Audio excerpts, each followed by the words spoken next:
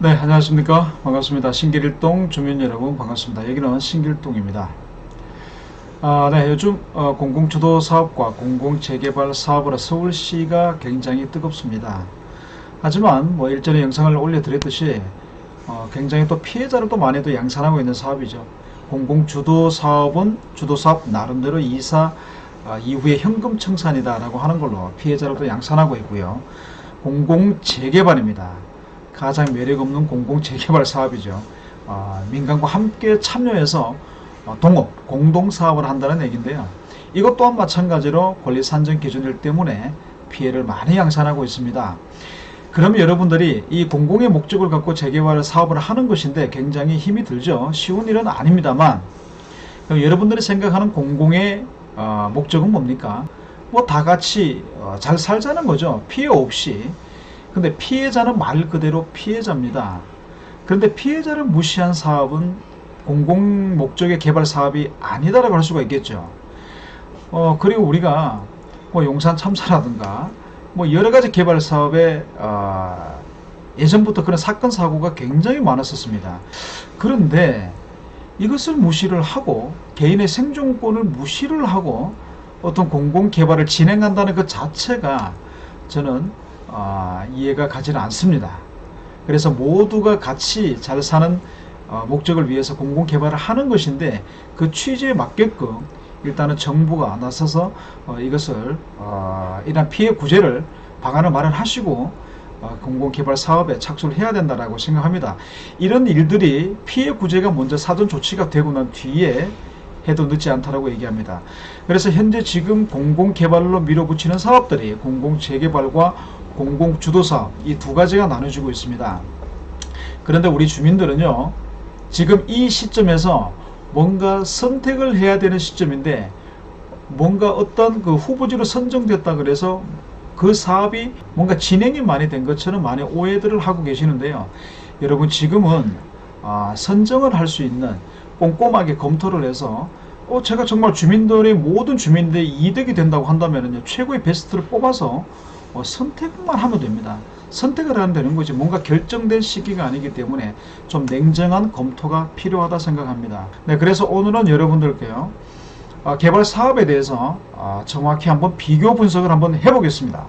자, 전체적인 사업을 우리가 종류를 보시게 되면은 민간 개발 사업이 있습니다. 그리고 공공 재개발 사업이 있고요.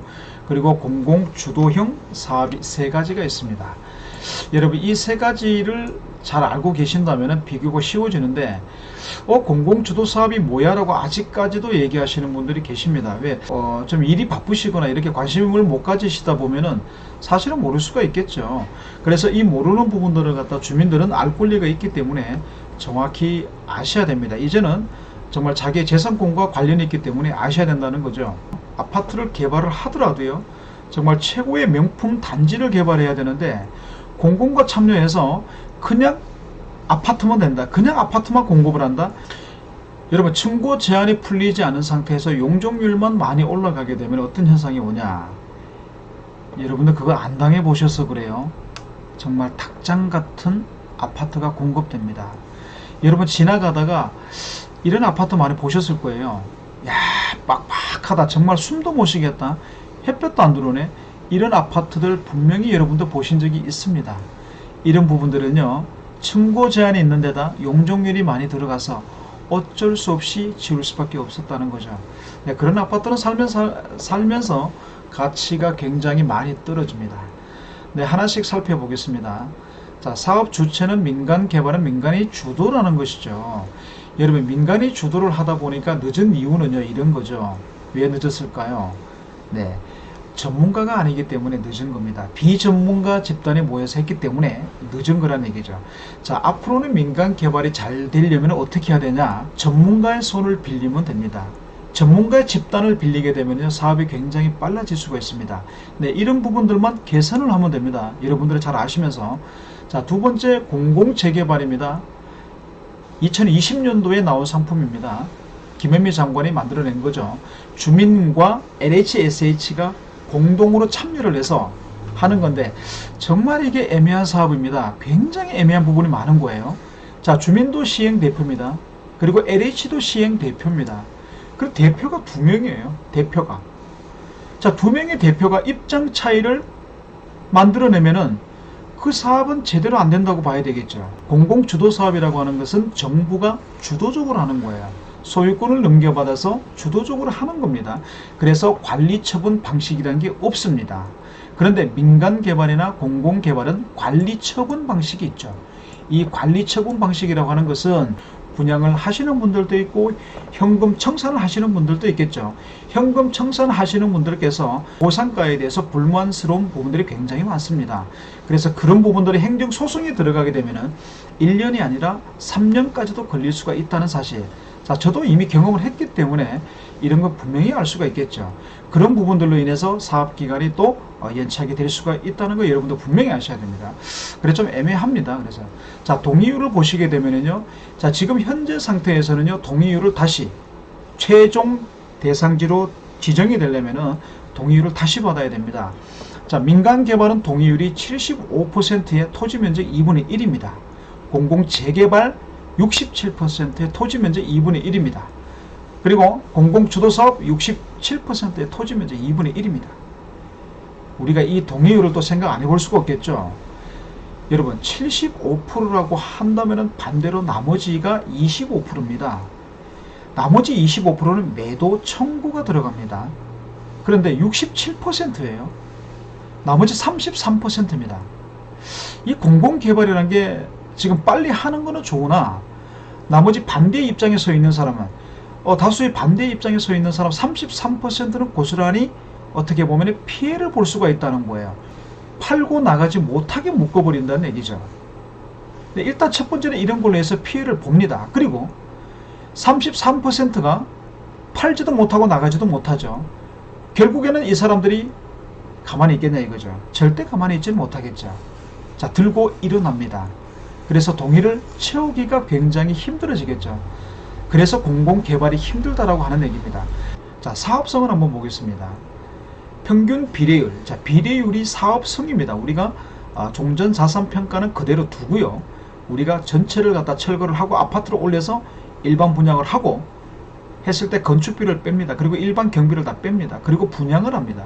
그러면 이익금이 남겠죠. 그 이익금이 주민들한테 돌아가는 비율을 얘기하는 건데 그 비례율이 110%, 평균 110%입니다.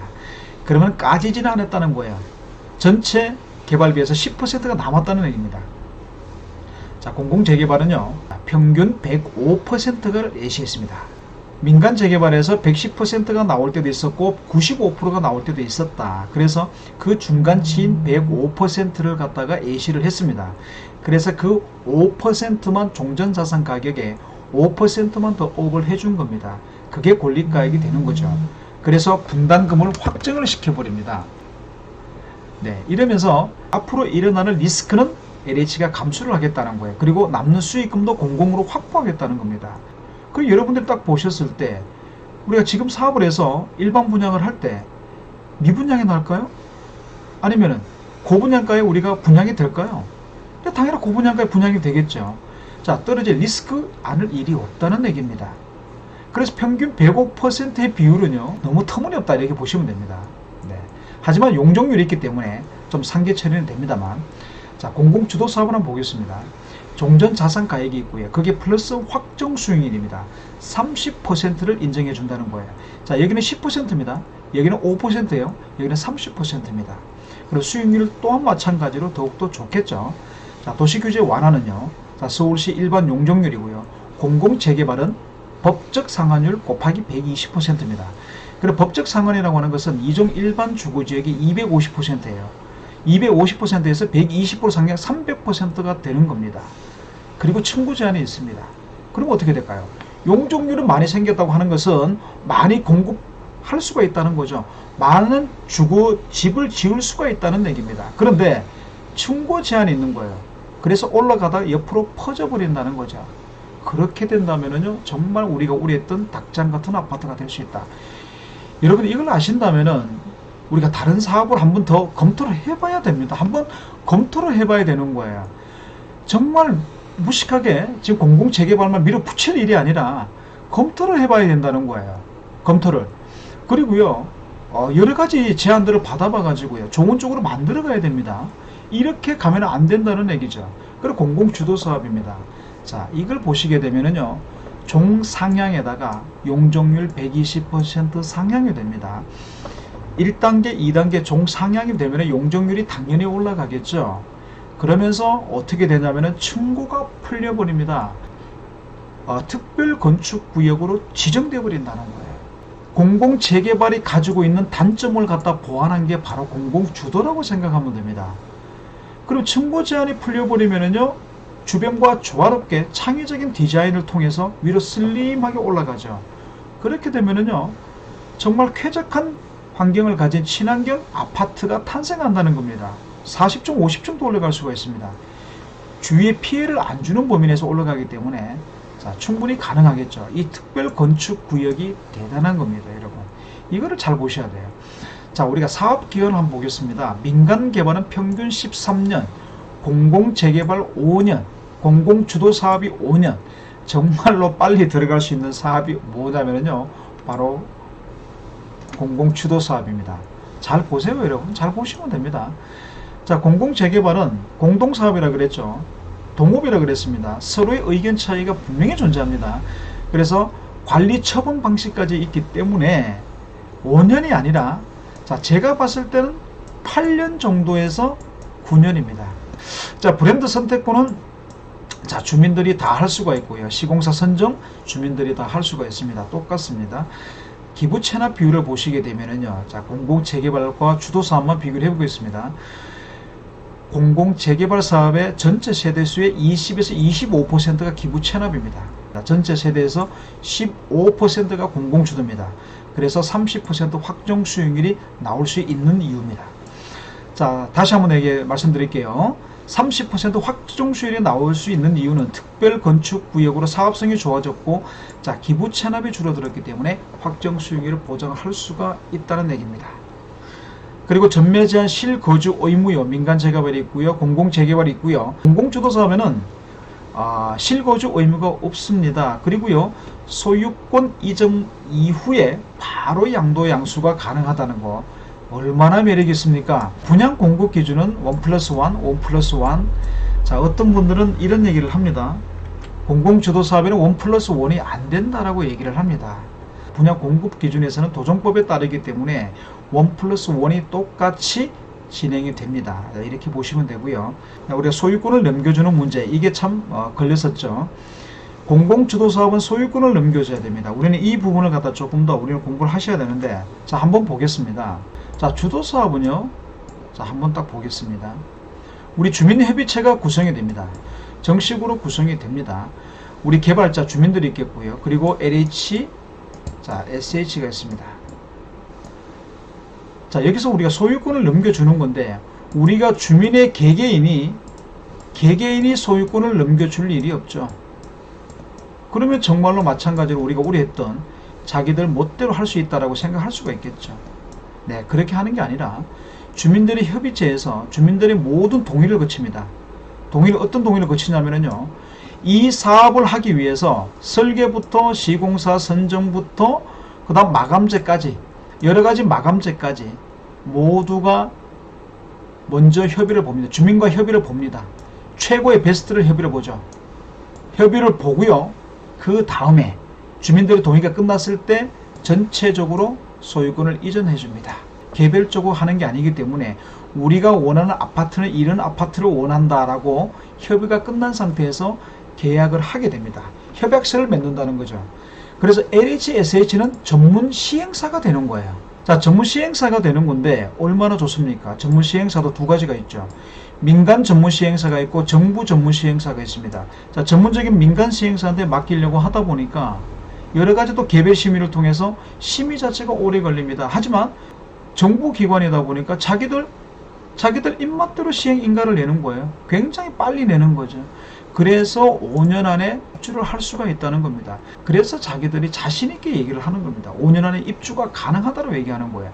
자, 그러면은요, 주민협의체가 없어지는 게 아니라 사업이 끝날 때까지 이 진행되는 모든 상황들을 갖다 모니터링 합니다. 우리가 소유권을 넘겨줬다라고 하는 것은 빠른 인허가를 하기 위해서 넘겨준 겁니다. 그럼 이렇게 되면은 이게 민간 주도가 되는 거지 이게 정부가 주도하는 사업이 아니라는 겁니다. 이렇게 여러분들이 오해하시기 때문에 공공주도 사업에 대해서 정말 두려운 게 되는 거죠. 두려운 존재가 되어버린 겁니다. 모든 협의를 끝내고 모든 공사를 모니터링을 합니다. 그렇기 때문에 계약대로 움직입니다. 시행사는 계약대로 아파트를 지어주는 거지 계약에 위배되는 아파트를 지으면은요 사기가 되는 겁니다. 그래서 이렇게 생각을 하신다면은요 굳이 공공주도가 아닌 민간주도 사업이다라고 보셔도 될 것 같다는 얘기입니다. 자, 소유권 넘겨주는 문제는 그렇게 큰 문제가 되지 않는다라고 보시면 돼요. 오히려 빠른 일행화를 통해서 5년 안에 입주할 수 있는 최고의 무기가 될 수도 있다라고 생각합니다. 자, 그리고 이제 마지막으로 현재 개발 시점을 보시게 되면은요 시작 단계입니다. 모든 게 정해진 단계가 아니라는 거 여러분들께 말씀을 드리겠습니다. 자, 신길동 현재 가치에 대해서 한번 살펴보겠습니다. 우리가 어떤 개발을 통해서 우리가 조합원이 분양을 받을 때 조합원 분양가 30평 타입으로 제가 한번 보겠습니다. 지금 조합원 분양가 7억 정도가 나올 거예요. 5년 후의 미래 가치가 얼마나 변하냐면요 20억에서 30억으로 변합니다. 그 이유는요 영등포가 서울의 가장 중심지인 3도심 중에 한 곳으로 선정되었기 때문이죠. 이 말은 무슨 말이냐, 영등포는 앞으로 강남과 광화문 용산 국제 업무도시와 동급으로 간다는 얘기입니다. 이 좋은 자리, 한강을 끼고 있는 이 좋은 입지에다가 정말 명품 단지로 개발을 해야 되는데 그냥 오로지 하나만 바라보고 뛰어들 일이 아니라 여러 가지를 검토를 해서 정말 베스트를 찾아서 가야 된다고 생각합니다. 여러분 신길동, 영등포 신길동 굉장히 가치가 있는 지역이고요. 앞으로 최고의 서울에서 최고의 가치를 누릴 수 있는 자리가 바로 영등포 신길동입니다. 이런 걸 생각하신다면요 섣불리 판단할 일은 아니다라는 걸 여러분들에게 말씀드리면서 오늘 영상 마치겠습니다. 감사합니다.